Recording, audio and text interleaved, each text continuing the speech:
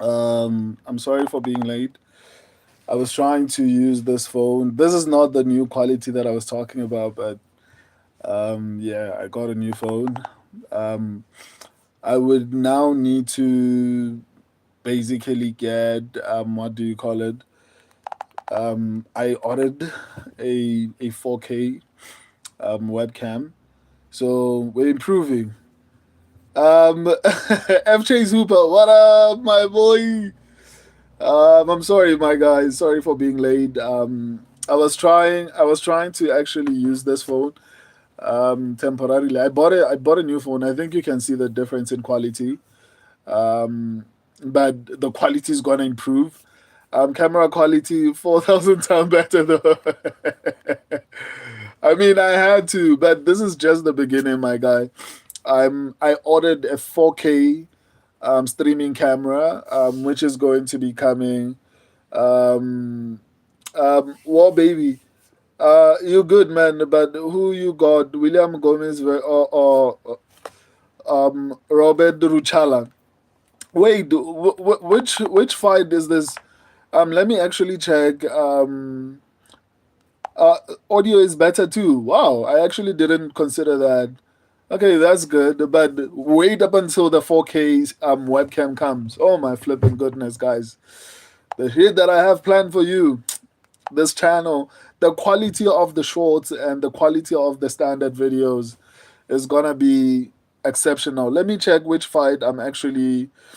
Oh, okay. I'm on Pitbull versus what's his name?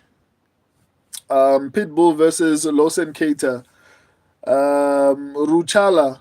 War baby, you good, my bad. Who got William Gomez versus Ruchala? My guy, I haven't gotten to that particular fight. I'm going to get to that fight. Um, Unfortunately, I was a bit late today. Not a bit, like very late, like a couple of hours late, and I apologize for that. I might be a little bit late. Like I genuinely am trying to improve the experience for you guys as far as the streaming goes, and everything else. So let's get to this particular fight, which is, by the way, now I can look at another phone and double check. This is the phone, by the way, I was using to stream. 5 megapixels. This was bad, man. Look at the screen; it's cracked. Let me go and check and just make sure that I properly break this fight down. So Patricio Pitbull, to be honest, this particular fight honestly scares me. I'm not gonna lie to you, largely because um, okay, FJ Hooper. I've got Pitbull, but I'm not gonna argue with people picking Keita. Just trying a strategy of fading hype prospects until I see serious talent in them. Keita might be untested. I could see that. I'm not even going to argue. That's one of the things that I actually wanted to get to as far as my breakdown goes.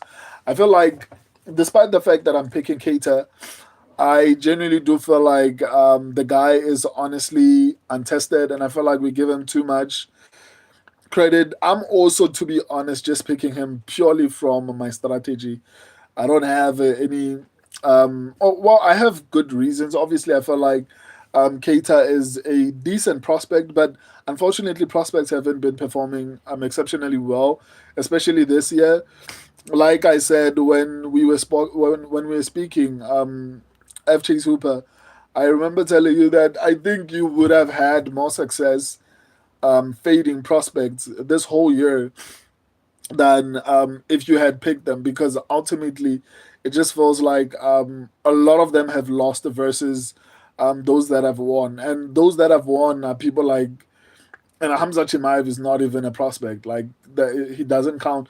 Like Bo Nickel was looked at as one of those guys who's going to come in there and cause a lot of noise, and everyone was on this idea that he's going to be what do you call Hamza Chimaev's best opponent. At some point, I actually even believed that. And look at what happened. I had so much faith in Lone Kavanaugh, and Kavanaugh, I think, is one of the most talented prospects. And even he lost. I mean, Zalhuba doesn't count. I really feel like it was my stupid decision for picking him. So he doesn't really count as a prospect, at least in my book. There are people who don't deserve to be called prospects, and there are those who actually deserve to be called prospects, right? People like Zelhuba, I don't feel like deserve to be called prospects, but in any case, he was called a prospect. So I don't fault you for actually picking Pitbull, but my biggest concern is that I get what you're saying as far as Pitbull. What do you call him? Losene Keita not being tested, but at the same time, I mean, um, I don't know, man. I don't rate what's his name, Yair Rodriguez that highly. And Pitbull lost to him. Danny Ige, is an extreme couture guy. They are not very dangerous. They are going to tip and jab you up until you give up. Unless if you don't have anything solid to offer. FJ Super Pitbull is slow as fuck and looked terrible in his last fight despite winning. Yeah, that's one of the main reasons why. That's one of the things that I actually was coming to. I don't feel like he's particularly that great, to be honest. Um, and he's only had two fights in the UFC, lost one. Once again, I feel like Yair Rodriguez has had one of the most hand-picked rises to the top. So I don't rate him that highly.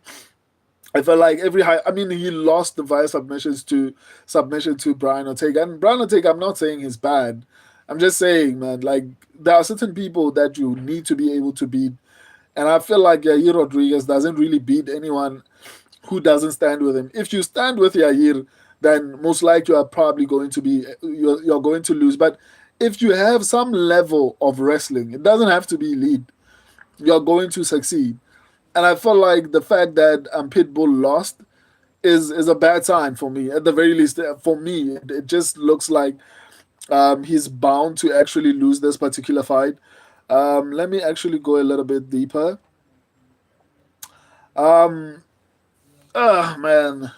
On the other hand, the Losene Keita has been fighting in Octagon. What's the name of the promotion? I don't even know what's the name of the promotion. Okay, MMA or what? Yeah, Octagon. Yes, it is Octagon.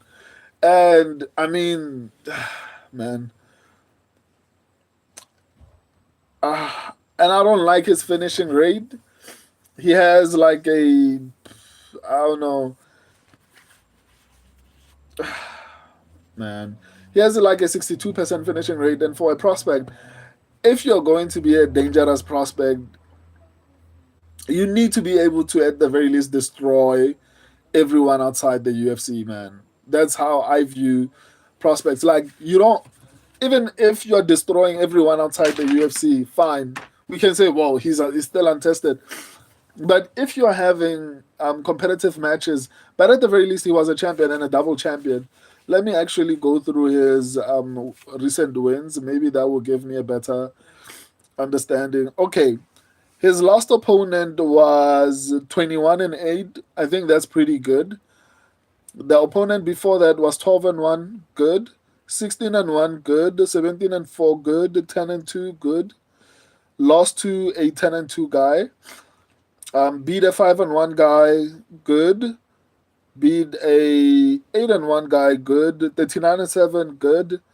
I don't know the age, so I'd have to look at the age. I mean, if you have 39 fights, I mean, you must be old. 13-7, not too great. 9-3, that's good. That's a good win. 20-39, oh shit, that's bad. Okay, these are early fights. I think up until the fight, the 39-7 fight, I think that's pretty solid. Maybe I'm not going to be too hard on him for having a close, or rather, not having too many finishes. I feel like he's been fighting um, decently experienced fighters. Obviously, maybe they might not be UFC level fighters, but still, I mean, it's not like Patricio Pitbull has been fighting in the UFC all his life. For me, and I always say this, for me, if you have less than 2 or 3 fights in the UFC, I don't feel like, to me, you're still a prospect, right?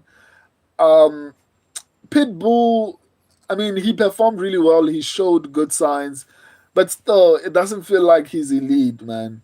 It doesn't feel like he's elite, and I just like Keita's experience.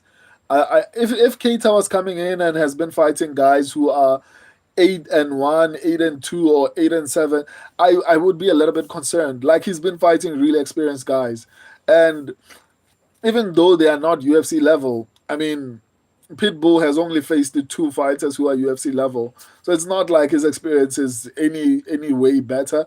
Maybe Bellator has better guys as far as experience than what do you call it, Octagon, but still, I mean, let me actually check how his last couple of fights have ended. I think that will inform my view of this particular fight. FJ's Hooper, feel like Ige should have had that one, but he went into a sparring mode. I mean, that's what normally happens with Extreme Couture guys. I used to have a lot of faith in what's his name, the head coach for Sean Strickland. I forgot his name. So I used to have a lot of faith in him, but it feels like he's falling off. He's no longer as good as I remember him being. FJ Super, not gonna lie, I think Pitbull has better experience outside the UFC than Keita.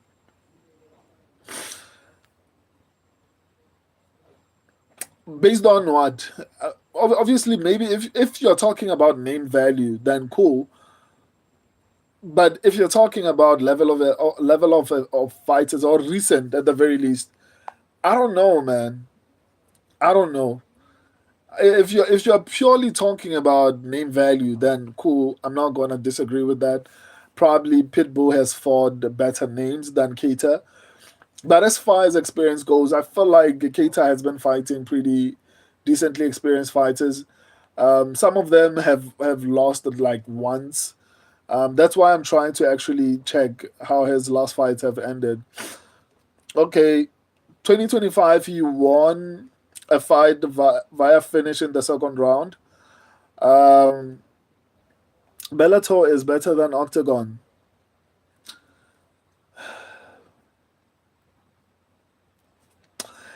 I don't know, man. You know what? Probably potentially, but on the other hand, you have to take into consideration the fact that um, people like Petty Pimblett have come from promotions that are not even Bellator, and have had massive success. People like Dricus Duplessis, but Dricus Duplessis was knocking people out. That's a bit different.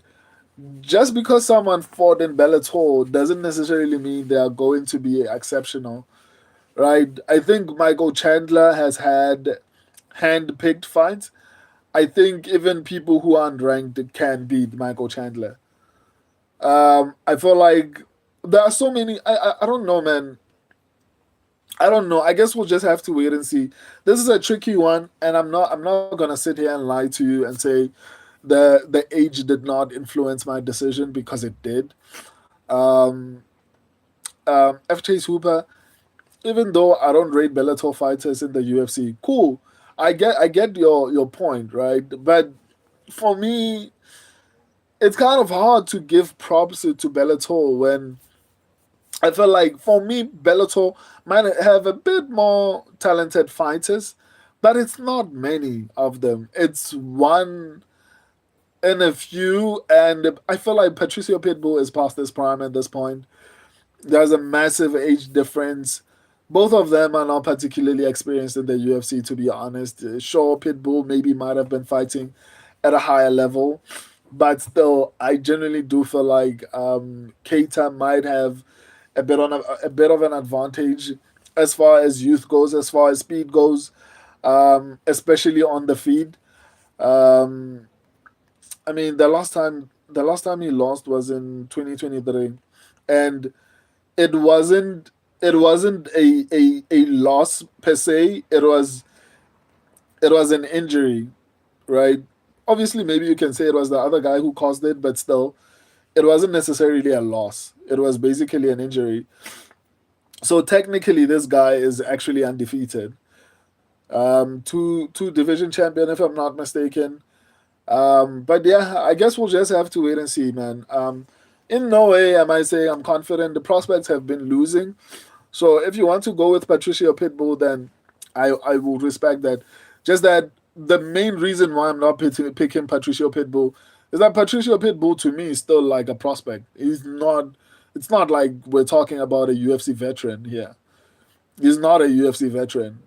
He's had like two fights in the UFC, so I'm not going to put him in the category of like the crafty vet. Or if somehow he beats Keita, I'm not gonna say, oh, the veterans are winning. That no, no. I mean, Pitbull there hasn't had that many fights in the UFC, so for me, I don't want to lie. I feel like the mere fact that what's his name Keita has been fighting experienced fighters, maybe not to the level um of the level of competition that maybe Pitbull has faced, maybe not to that level, but still he has been fighting pretty decently experienced fighters. I think he's younger. I think he will be a little bit more polished on the feet. I don't know enough about his ground game in order to have a bit more confidence in him. But I don't know, man. I don't rate Bellator that highly, especially if you're like 38, barely winning a fight against Dan Ige. Then I don't know, man. I feel like Keita might have a shot here. He looks good on tape. Maybe that doesn't mean anything, but he's not fighting someone who's experienced in the UFC, so it could go his way. F. Chase Hooper. Shit, I'm remembering how bad the Ige fight was now. I don't want to pick I don't want to pick Pitbull anymore. Don't let me convince you, dude. Like, make sure that the decision that you take is the decision that you actually agree with. Um, make sure that you research. But for me, I don't know, man. He went life and death with Danny Ige, and Danny Ige is hit and miss, man. Like he's hit and miss. So sometimes he look good, but once again, a lot of people are using the Diego Lopez fight as a frame of a point of reference, and they're like, but he performed well against Diego Lopez. Lopez is not that good, and I've been saying that for a long time. He's not that great, man. Like he's good at finishing fights. He's good at finding finishes, but I don't rate him that highly. And that's why I picked Alexander Volkanovski over Diego Lopez because I knew that Volkanovski would be better. Um, so yeah, I mean, it is what it is, man. We'll see what happens. By the way, I think Jin Silva is going to win that fight. I haven't even done my analysis, but I'm pretty confident Silva actually get that one done. So my subscribers and I are officially picking Keita. I guess we'll just have to wait and see how that one plays out. I'm still F Chase Hoop. I'm still gonna go Pitbull, but he should, in theory, get smoked. Hopefully, he does get smoked. I need him to get smoked. Anyway, I love and appreciate all of you guys. I have one more stream to go, and then the other one I'll do tomorrow. Who you got for Kawe Fernandez versus Harry Hardwick? So they changed the fight. Is Fares Diam out? Or am I tripping? I need to check. I haven't actually checked. Like, let me actually check right now if the fight is still on. Man, that's crazy. Yeah, and I see it, Harry. Oh damn, UFC.